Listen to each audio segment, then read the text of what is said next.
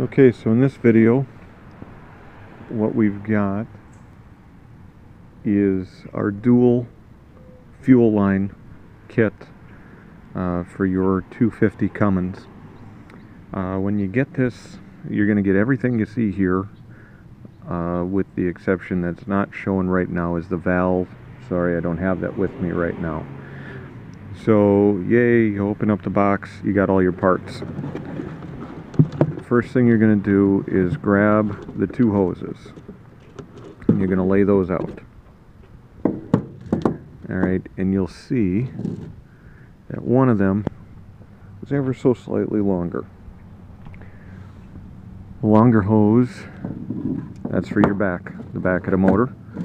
The shorter hose, that goes to the front of the motor. Alright, sorry, video is going to be a little bit shaky, don't have my stand at the moment.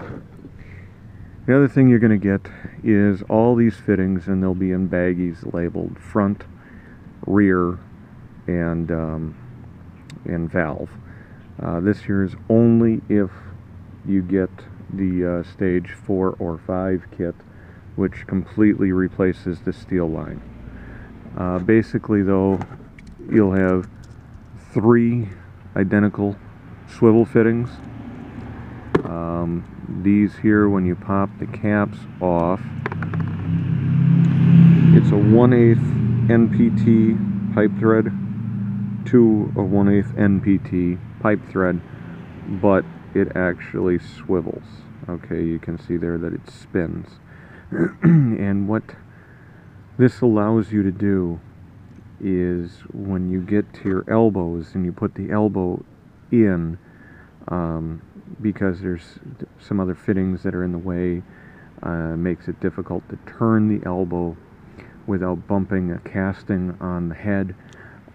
What you do is you first thread this into the block. This is the only side that needs Teflon tape. No Teflon tape is needed to go in here. So only the actual pipe thread end on these swivels need the tape. So you'll go ahead, you'll thread this into the back of the head, and you'll thread one of these here into the front of the head. And that, after those are in the heads, you'll take your elbows, and you can hold your elbows at whatever angle. You know, if you want them straight off the back of the head, you want them angled down a little bit, that's up to you. And when this is in the back of the head, you just take that, the cap off of here, put it right up there, and just spin this here as it threads on. You give it just a little bit of a tighten. You don't have to really wrench down on it. Just a little bit is all that it takes to tighten it up. Alright, and then if this here is your back setup, your back line will come off of here to the T. If it was the front head, it would be sitting there, you know, like that. Then it comes off the front to the T. Now again, you're going to have one of these swivels.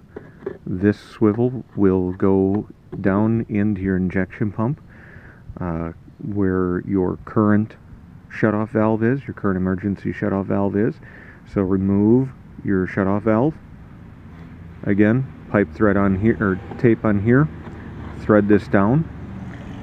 Your valve that comes with the kit, one side actually is male, the other side is female.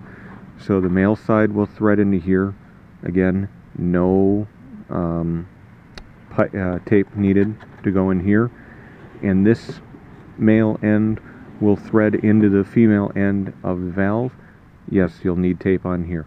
My suggestion is put this on the valve first, and then you can use your swivel to go ahead and tighten the valve down, and you don't need to spin your valve at all. That's what's so nice about these swivels. When the elbows are in the heads, in the front and the back, and the T is installed in the injection pump, that's when you can go and install your new fuel lines. Again, the long line goes to the back, the short line goes to the front. and that's it. The hardest part that you're going to have is getting the doghouse out, or as my buddy Matt Hanley taught me, go ahead and cut an access panel in the doghouse so you don't have to remove it. It's a lot easier if you have a winch, because you can hide that access panel behind the winch controls, as I did. But yeah, removing the doghouse probably going to be your easiest bet if you don't want to cut into that doghouse. So go ahead, do that. Heat up the plug that's in the back of the head. Doesn't take a lot of heat. I did it with my torch for about a minute at the most, and that plug came right out. There's two plugs. You want the bottom plug, not the top plug. The top plug is the return. The bottom plug is your supply. So heat up the bottom plug and remove it. It's an Allen screw. I forget the exact Allen wrench you need. I'm sorry, it's been a while since I've taken mine out. The front, you do have to remove the radiator support that's on top. It's only a couple of bolts and it comes right out. And that will just give you easier access to remove the current fitting that's in the front. You know, you probably don't have to, but I like to make my life easy. And then that'll come right out, and you put the new stuff in. Again, pipe tape only on the male end of the swivel, the male end of the T. Otherwise, anything going into this end of the swivel does not need it. It will seal just fine on its own. For those of you who bought the kits, they're shipping out tomorrow. Thank you very much. For those of you who were thinking about it, hopefully now seeing how simplistic all of this stuff is, there's not a whole lot involved. You do get better throttle response. Some claim more power. It's hard to say. I mean, you know, you're taking a truck that's only got 240 horsepower, you're probably taking it up to about 255. For me to tell you that, yeah, there's a noticeable difference, not that easy for me to tell you that for sure. But I do know that my throttle response is spot on, versus before it would take a while to build up, and now as soon as I hit that throttle, it's on. So thank you again to those who have already bought the kits. Thank you to those who are going to buy it now. Greatly appreciate it. And that's it for now. Thanks for watching.